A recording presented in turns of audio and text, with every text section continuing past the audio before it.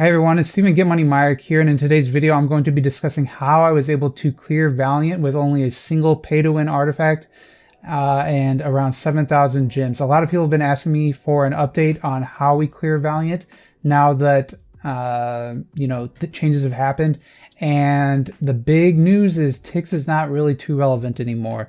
You're going to be much more dependent on your transcendence heroes, and this video is going to be showcasing which lineup I used. And I'm in no way saying this is the minimal lineup. I did a bit of testing while I was riding in a car today and was just messing around doing some extra attacks. So that 7,000 gems includes me just screwing around. You could probably likely use this lineup and do 5,000 or less now that you have the knowledge I have. And I'm also going to talk about some of the lineups I trialed and some of the problems I faced. And we're going to then finish it by trying to at least clear one area, one planet onto fire, so I can show you the power of this lineup. Before I go any further, I do want to say if you're not subscribed to my channel, please consider subscribing. I'd really appreciate it. I will also be giving more information as I do more Valiant clears and as I hopefully do some Defier clears on what I think the minimal requirements are.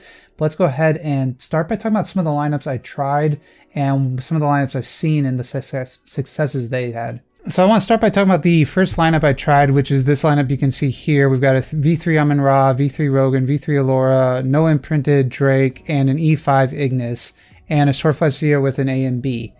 And I tried really hard with this team to get to work. I did not use any Demon Bells at all. Didn't use any energy feed other than the Ignis, and the Ignis is slower than the Swordflash Zia, so it's not like it was a true energy feed system because there was no round one actives at all.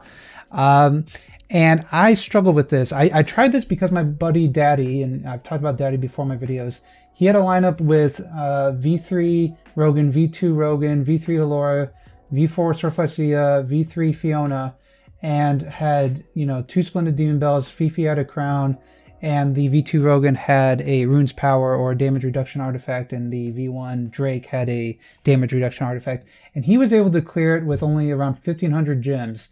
Which is very impressive. And so I kind of was going in that direction, trying it out, and I thought I'd try out a team like this, but without the Demon Bells, because what I'm trying to convey is what is like the minimum requirements. And for whatever reason, using A and B with Swordflash Zia, without any energy feed at all, no Demon Bells at all, I was struggling to get kills. I don't know if it's that I have enough damage. I could have thrown in a second Rogan, but I was, again, trying to do some minimal clears. I felt like having two Rogans is not as common as having a Rogan and a Drake. So I actually was struggling with that lineup some. So I tried a different lineup, and it's a weird lineup. It can definitely be improved upon, but it was able to clear all of Valiant with less than 7,000 gems and a pretty easy reroll guide. I didn't even have the spreadsheet in front of me. I just used my intuition for it. And I'm going to show that lineup now. So what you're looking at now is the lineup I actually ended up using, and you can see that there are two Ignises, but it's weird because it's not a traditional energy feed because neither of these Ignises are going quicker than my Swordflash Zia. Really, they're there to keep her alive. They're there to give some CC immunity with the Suicide Ignis, and they're there to give her very big damage on her actives because I did not run an A and B on Swordflash Zia. I ran a Staff Punisher of the Immortal, which I thought was more beginner friendly as well to newer players because they're more likely to have that for their Tower Oblivion clears with Tixes and items like that as well. Now, granted, this lineup here still uses, 11 million Stellar Shards, which is a pretty high Stellar Shard count. But it could definitely be improved upon. Again, this is my only pay-to-win artifact. Every other hero in this lineup is running an energy artifact. So you could use a magic source, you could use a Demon Bell. Honestly, one of the Ignises, you could use a damage reduction artifact on because they should be able to get their actives off later. And really and truly, you could probably get away with just doing one Ignis, and a Fiona would be great. So I'm going to go into the detail of how I built each hero. Again, not an optimal strategy necessarily. I'm more making a point that this team worked for me. It was a very easy reroll process and mental process of what I was trying to do. And yeah, it worked. So I wanted to share it all with you. The next thing I want to talk about was just the general reroll options I did. So basically, if there were two carries and a Garuda, that was a big no-no. And if there was an Amun-Ra with either a carry or a Garuda, that was also a no-no. if there were even 3 carries but no Garudas and no Amun-Ra's, I went ahead and did it, and I had pretty good success with it. But this is a planet on Valiant Area 1. I tried to attack it about 10 times and wasn't able to get it clear. The double Garuda, double carry is still very difficult for this lineup. But then here's another planet with double carry and a single Garuda, and this is Valiant 1, and I did have Transcendence Protection signets for this planet, but we were able to beat it. So even again, that double carry and that double Garuda, not necessarily a huge problem. And on top of that, here is another planet in Valiant Area 1 that had an Amun-Ra and a Garuda, and we were able to beat it still.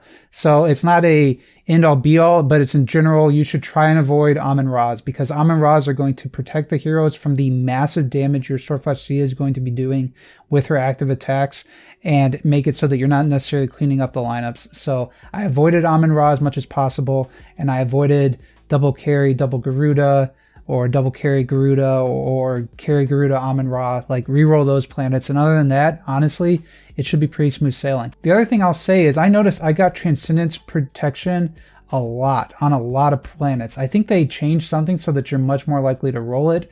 I don't know if I got Insane Luck. I spoke to a few other people and they felt like they also got Transcendence Protection a lot. So I ended up using very few signets. You can see we're already done and we're at 31 signets. I think I only used 1 on Area 3 one time, and I don't even know if I ended up using them on Area 1 of Valiant at all. So very, very little signet usage required. If you're struggling with the planet, if you want to save gems, you know, feel free to use them on Area 3, Area 1 if you're having issues. But honestly, with this lineup, it seemed to go really easily. And again, I can't quite explain why, because both of my Ignises were slower than my Swordflash Sia. But the reasons they were in there were for the CC immunity, because I noticed my Swordflash Sia getting locked up a bunch, and they were there to just keep her alive. As the Ignises died, they were giving HP to my Swordflash Sia, and that was just helping keeping her alive, and it was giving her more energy. So when she did her actives, you know, in round 2, she's going to have the 100% from being full, plus the 100% from the Ignis 1, and another 100% from Ignis 2, so that's 300%. Now, do I know how that all maths out to doing a lot more damage? No, but I also know there were times when I literally killed 4 heroes in round 2 with just a massive active. I'm going to go through now on to Fire Area 6 and just show off a few fights and see if we can beat any. You can see here we have a double carry planet, and we're going to get the lineup the way I had it because I was on my phone. I think this is all it was. And we'll just see how this goes, and hopefully it's a good demonstration of what it does. It may be possible that being here now into fire, it's just way too difficult, but hopefully you're able to see. Again, the Amun-Ra is really here just to keep Swordflash Sia alive, because we're running Staff Punisher and Swordflash Sia. We're not running A and B. We need our Swordflash Sia to stay alive. So all the Ignises are just there to give her more HP. They're there to give her more energy. The Amun-Ra is there to give her a shield. And hopefully here you'll see the power of that giant active. And carries are not a giant problem either with this lineup. I think they've toned down the damage that the carry marks do. I just found myself like not struggling with triple carry lineups or anything. So there's an example, okay? I mean, we didn't... Now that had Transcendence Protection. I can't stress enough, I don't understand exactly why this works. I just wanted to keep my Swordflash Sia alive, and I wanted to give her CC immunity. So that's what the 10-star Ignis is for, is just to give her the CC immunity. And it was just working. I don't know if it's just the amount of energy I was giving her. There are definitely better lineups. There are definitely lineups that don't use 8 Demon Bells, that maybe use Fionas, that are having more success. But this is an extremely, in my opinion, an extremely minimal clear. It's possible there's even more minimal ones, but there's only one pay-to-win artifact, and that's it. And one of your heroes isn't even E5. Looking at how the heroes are built, let's go ahead and talk about Swordflash Sia, because she's obviously the all-star. We're using an attack stone with a Staff Punisher of the Immortal. It's possible crit attack would even be better, but we use 2-2-4-2-2. Again, you could have used the Mark Purifies here, and also maybe have had better luck. For her imprints, I'm using crit damage reduction and crit damage percent. And she does have the legendary skin, and it is upgraded. For Scarlet Queen Halora here, we had Resonance Gear, Holy Damage Attack, which was honestly a bad choice. We should have had Speed HP, but again, this is what I did. Energy Artifact, 3-2-4-3-2, and just normal PvP imprints there. For the Amun-Ra, I built her as tanky as possible with speed HP. HP would obviously work better. Just a magic source, 3/1/1. 3/2, you could have honestly gone 1 and 1. So it can, even going through now while being in a car, I'm realizing just how unoptimal this setup was and how you could have saved yourself some gems. For the Rogan, he had split gear with a speed HP stone, magic source, and 3/1/4/3/2. For the Ignises, we had a split gear, speed HP stone. This is a Radiant Demon Bell. I can't believe that this made the difference. I honestly had to use it just because I was out of magic sources for the point of testing. 1/1/1/1/1. And this Ignis, the 10-star Ignis, if I can find her, 1 second, did not have any gear in here, magic source, and it's just level 140, and again is there for the CC and giving my Swordfish a little bit of HP, and for making her do a ton of damage in rounds 2 and 3, because that is one thing you can do. You could honestly look at not giving energy to one of your Ignises and trying to hit him up in round 2 so that your Swordfish has a round 3 active. Guys, again, I can't stress enough, I'm aware that this is not a completely minimal team, that it is still 11 million stellar shards, but at the end of the day, it is only 5v5s. It is only 1 pay-to-win artifact. I don't think all the magic sources I used were required. I think there's a lot of flexibility in the heroes you used. The Amun-Ra was there just to keep Swordfish alive. If I had a Fiona, that would have been better in my opinion. You could have swapped in a carry, you could have used some Drakes, but I had a lot of success with Swordfish running the Staff Puncher of the Mortal, and I did not have as much success without using a AMB. When I was using my AMB, I just found I wasn't doing enough damage, and it felt like I maybe needed 2 Rogans or I needed some energy feed with 8 Demon Bells. But with the Staff Punisher and my goal just being keep my Shield alive, I had a lot of success with that. And honestly, at this point, I feel like there's not too many excuses. One thing I did want to call out actually is I do have good pets.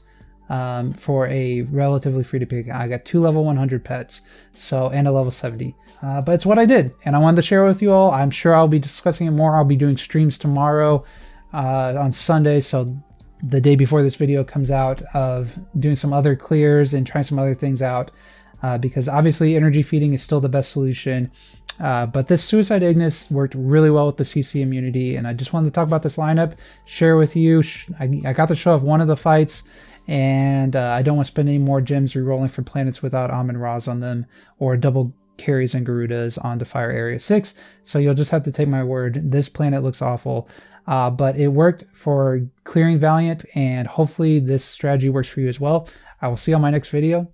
Bye.